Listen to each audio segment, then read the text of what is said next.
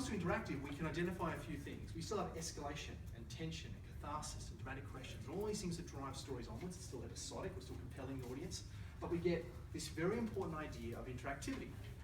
And the most important thing I can say about it to set it up is that it's more than pushing buttons. I had this experience many years ago. I was working at the Palace Museum in Sydney, it's a big museum.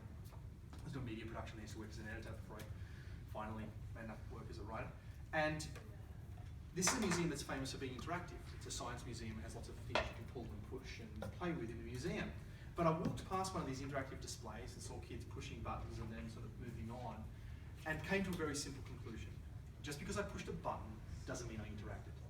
All it means is I pushed a button. Interactivity is more than pushing buttons. There's got to be something much more cognitive going on, not just physically going on.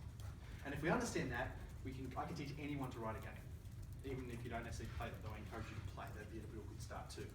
And it goes simply like this. Can we define a role for your audience to play? And the most powerful tool you have is an active verb.